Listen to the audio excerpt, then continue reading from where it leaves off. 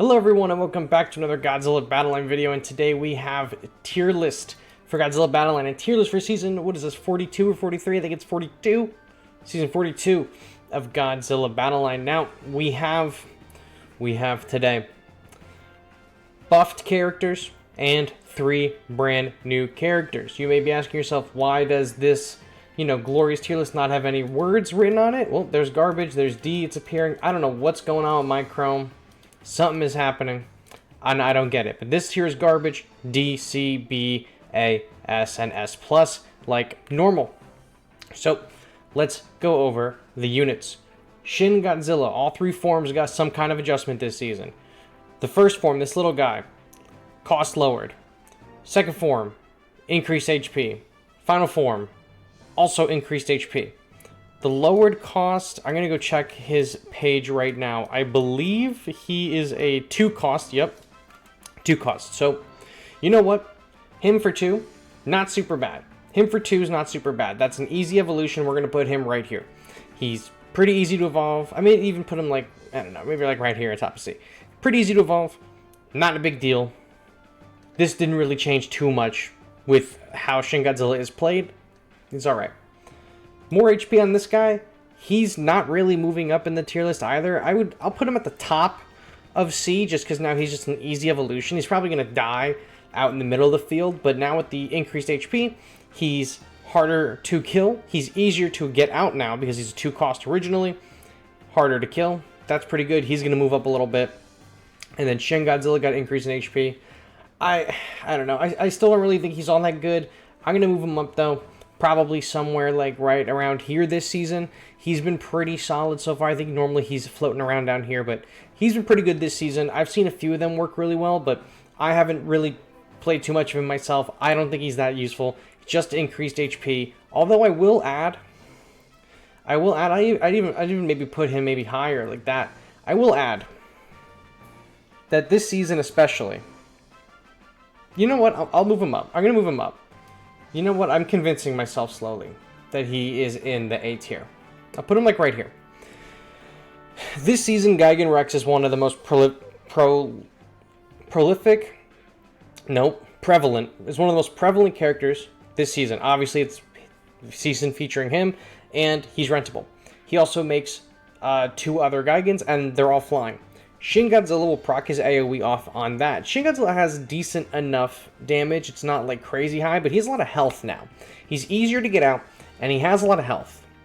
So he is great at taking down Gigan this season. He's not rentable, but with these changes, he's seeing a substantial amount of, not a substantial amount of play, but a substantial amount of, where was I going with this?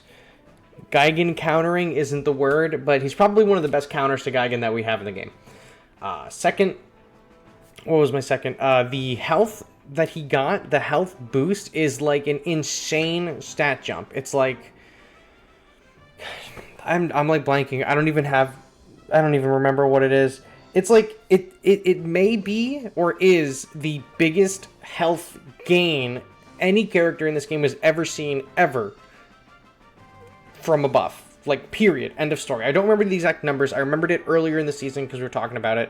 I think on stream or in Discord, but the Shin Godzilla health boost is insane. It is substantial. That's what I wanted to say was substantial. The Shin Godzilla health boost is substantial. It is.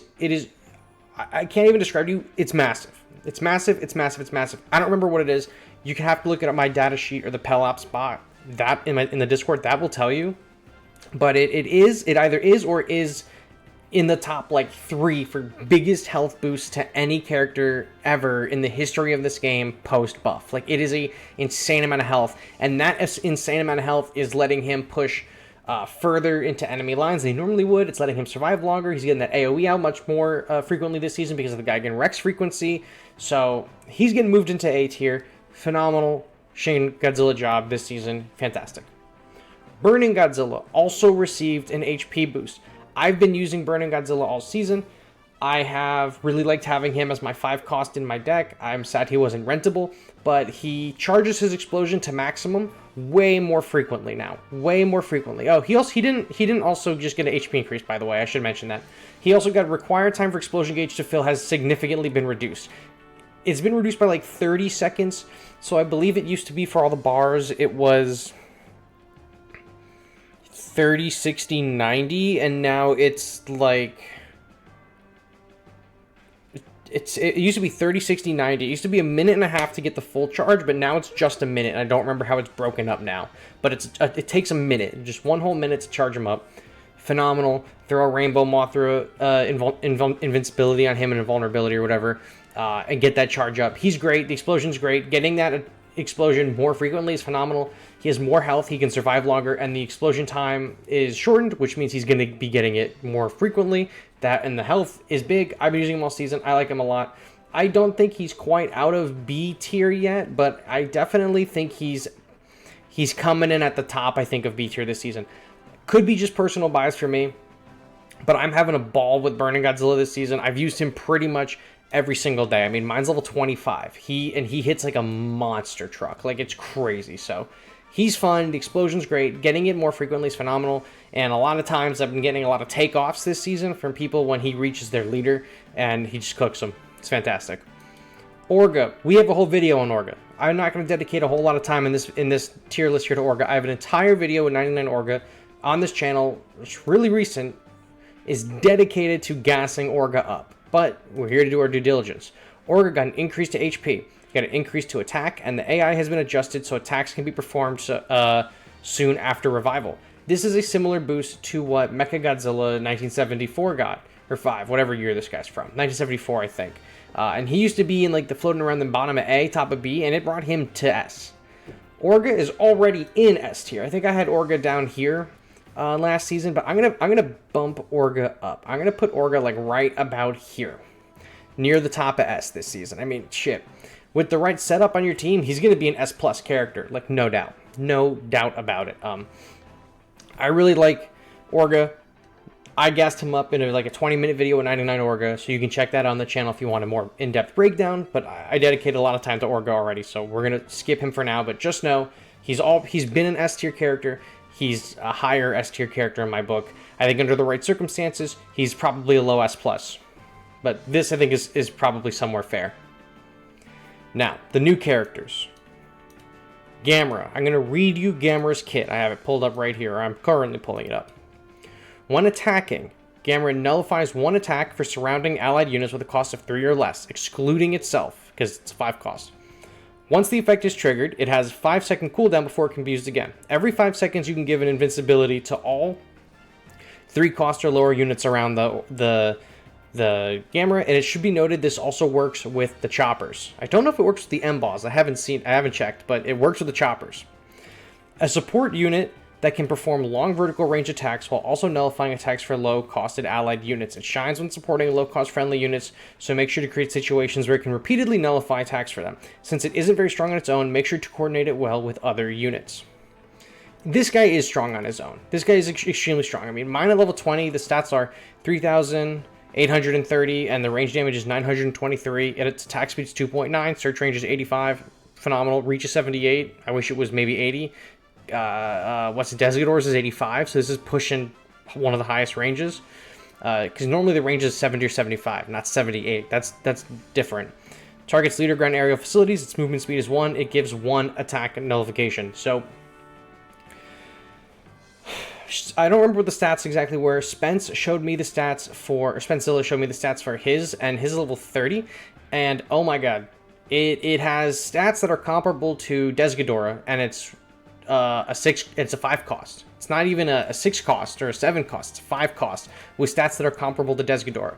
It has piercing damage with its flame breath. He's giving the free hits to Gaus, Kamacuras, Storats, Gyren, Mothra, Biollante, Megalon, Shinden even can get a free hit off of this guy.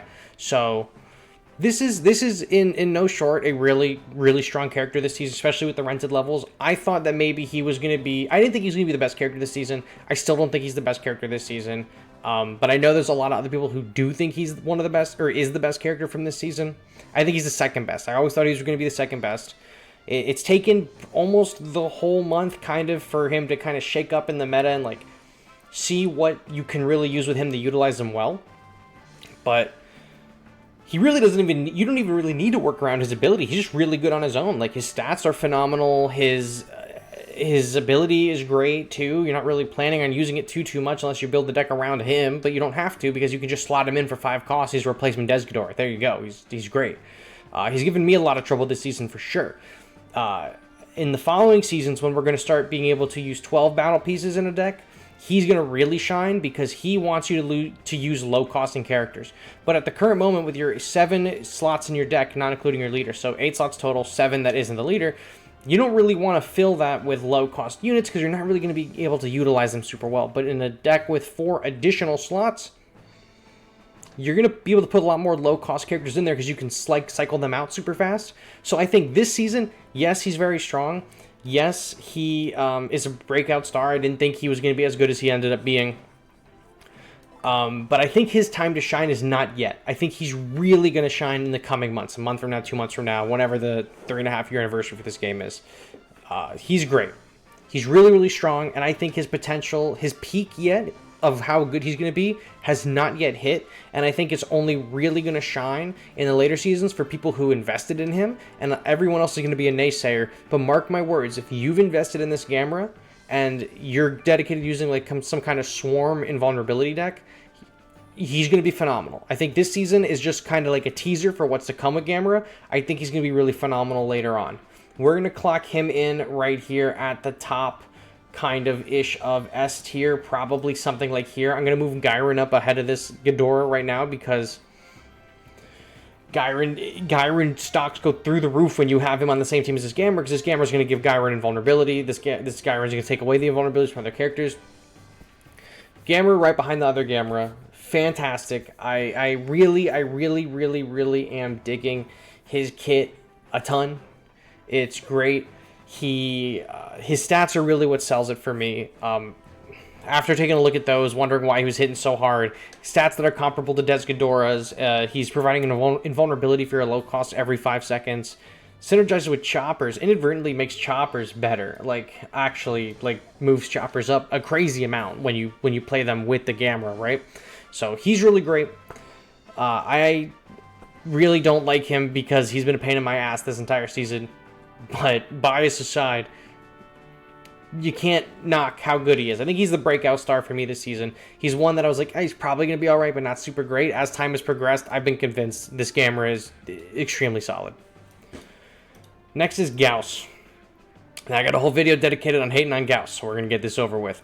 Energy cost is also 5, by the way. Introduction. On deployment, it has different stats depending on the stage it is deployed on. Daytime stage continuously takes 2% of its maximum HP as damage every 1 second, and on the night stage boosts its own attack power by 20%. Day or night is determined by whether the sun is shining on the stage. Duh. I think also on one of their blog posts they mentioned that Hollow Earth doesn't count as a daytime stage because it's underground. When attacking, performs attacks on individual enemy units. Cool. Additionally, performs a circular attack around itself with 20% of its attack power. If the attacked target is an aerial unit, that target will enter a low-flying state for 10 seconds. Until units in a low-flying state are treated as ground units, the circular attack has a 10-second cooldown before it can be unleashed again. On expiration, on the daytime stage, Gaus will give you 1 energy back every time he dies. On the nighttime stage, he has no extra effects. A special unit that has different stats depending on the type of stage is deployed on. Its additional attacks puts aerial units into a low flying state, so powerful enemy units can be dealt with as ground units. You can expect great results when deploying it together with units that cannot attack aerial units. You want to run this with stuff like Orga, Anguirus, Kong, Beast Glove, trying to think of other heavy hitters that don't hit flyers, Jaguar Singular Point, the regular Bylante. Here's the stats. At level 18, mine has a 2,975 HP, 557 attack speed is 2.6, search range is 70, leader ground area facilities are its targets, reach is 60, movement speed is 18, its range damage, so that's that AoE, is 112, its range damage attack speed is every 10 seconds, the low flying state lasts for 10 seconds, gives you 1 energy on the daytime, nighttime, gets a 20% attack bonus. This guy sucks. Sucks. On paper, this kit sounds very interesting. This guy sucks. For 5 cost, this is abysmal. Actually abysmal. Because for 5 cost, you can also do Wakatsube Bylante, wherever she is right over here. You can do Wakatsube Bylante. And she does the low flying state every 7 seconds and does continuous acid damage that eats through the armor from like Mogera. She's not constantly losing health all the time. Yeah, she doesn't get a 20% damage boost at nighttime, but like, who cares? Right? There are other units that do what Gaus does, but better. But Kasabe Bylante knocks Gaus out of the park by a mile. By a mile. I ranted a lot about him in my Gaus review video from last week. I do not like Gaus. I really don't like Gaus. I think he's a bad unit. I think he's a waste of a slot. He's kind of awkward to play. If he was maybe a 3 or 4 cost with this kind of abilities, fine. But a 5 cost that's losing 2% of their health every second during a daytime map, I don't want. You could make an argument for Aquamothra that also is losing health and stuff like that during gameplay.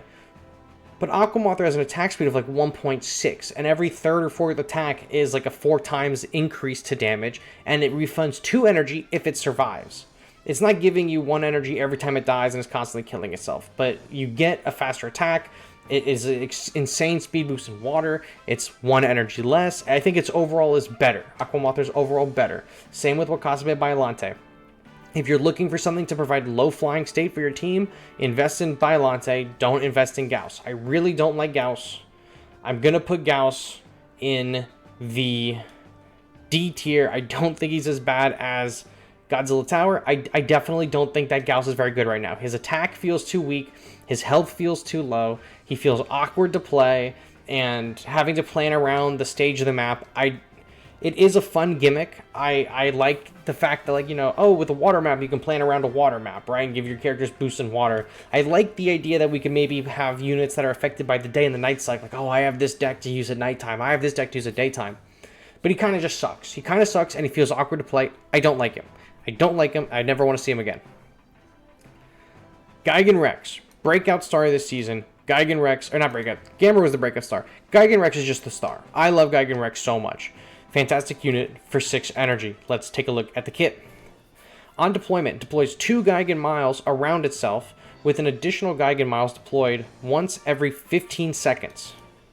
When attacking, Gigan Rex unleashes 2 successive attacks on individual enemy units. So he will attack 1 unit twice, but if the first attack is to kill that unit, the second attack will hit the closest unit to him as long as it's within range.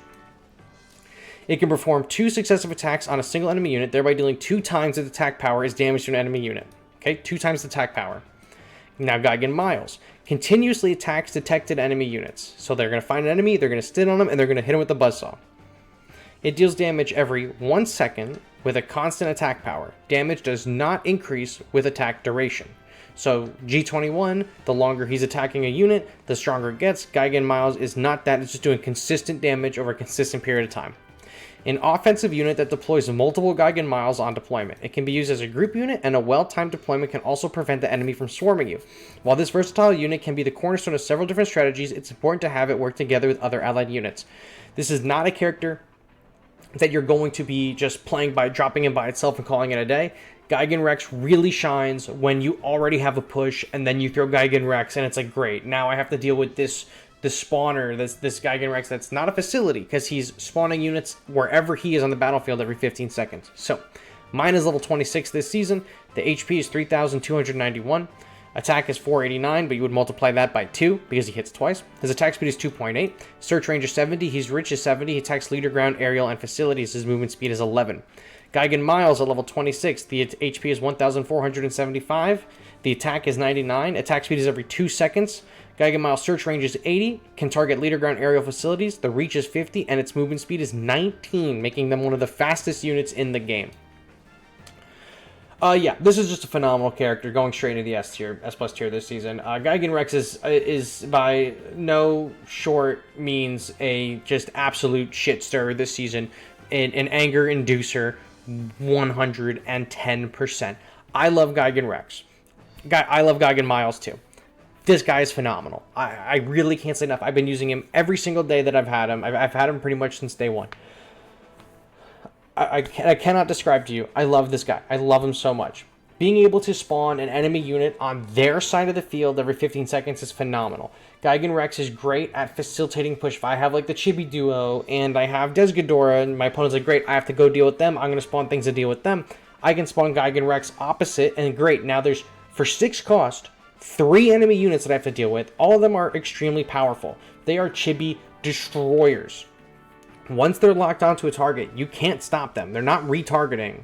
They're going to just kill their target. I mean, they could if you like stun them or you Shinden them, but they're not going to like usually retarget if something else spawns it. They're going to just focus in on something and just destroy it. And if your opponent cannot kill the Gigan Miles, because remember there's 2 of them and the Gigan Rex, so while the Gigan Rex is going to be farther behind the Miles, his range is long enough where he can hit an enemy who's attacking the Miles. So the Miles are not only performing as alternate attackers, but they're also meat shields for your entire other team. If the enemy is focused on killing the Gigan Miles, that's 1 or 2 free hits that they're not doing against your main team, while your main team is going to tear something up.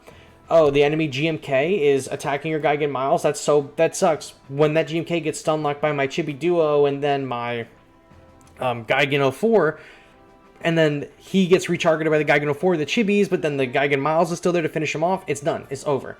Gigan Miles is providing, at the most I've seen Gigan Miles on the field, I've seen 4 at a time. But as long as you have Gigan Rex alive, every 15 seconds he makes a new Miles. He starts off with 2, okay? He starts off with 2 Miles. Every 15 seconds he gets another one. He's going to get a 3rd Miles. If he's just untouched, by the time he gets to the opposite end of the board and is in range of the enemy leader, he's going to spawn a 3rd Miles. If they don't deal with him, there's going to be 3 Miles and a Rex. So it's 4 units for 6 cost attacking the leader. And this isn't like, oh, you know, I could play the air base for 5 or the M-bot base for 5 and, you know, that's going to give me 9 units for 5 cost. This is leagues ahead of that. The Miles are good. Rex is good. This is one of the best characters we've like ever seen, period. You could say that I'm gassing him up. That's fine. I think he's a phenomenal character. I think Gigan Rex is a great addition to the game. I think deploying the Miles is a ton of fun. I love this unit. It's been phenomenal, and it makes me so upset that they did not make him available as a free-to-play unlock for like anybody. You could pay to unlock him instantly or try to get lucky with him. I've bought every offer that lets you instantly unlock a character for the sake of this channel. I mean, this channel basically pays for those offers. This is the only one of those that I've been like, damn, this was super worth it. Gigan Rex is fantastic. I think I've hit the like 250, 300 wins with him for this season. And I really don't play like a super lot outside of making the videos. I work and stuff like that, but I play like all the time. I try to be up to date with everything I can for you guys, and he has made me want to just play so much. Like, I think he's so much fun. I think his kit is so sick. And I think I might be a little biased because I, for a long time, wanted a character that does what he does. For a long time, I've wanted the Argo specifically to spawn in choppers as the Argo traverses the map. This kind of does what what I want the Argo to do. But this does it way better than I thought about when I was making the Argo in my head. So, Gigan Rex is phenomenal. Deploying the Miles is phenomenal. This unit is so difficult to deal with because of the double damage. The Miles are constantly pinging for like 100 damage at level 26. So if I had this guy level 30 through this season, it would have been a different story. But man, I don't regret investing G material into Gigan Rex for a second. This unit has just been phenomenal ever since the word. When we are able to use 12 units in a deck, I might just throw him in as my 9th unit because I enjoy him that much. I like Gigan Miles a lot. I think this is a absolutely phenomenal character, and Toho really outdid themselves with his kit. So, that is what I got for you guys tonight. Let me know how you enjoyed the tier list. Sorry that I couldn't do a stream, but I moved, and the holidays are coming up, so I'm not able to do a stream for this. But I hope you guys enjoy this one, and I'll catch you on the next one. Bye-bye.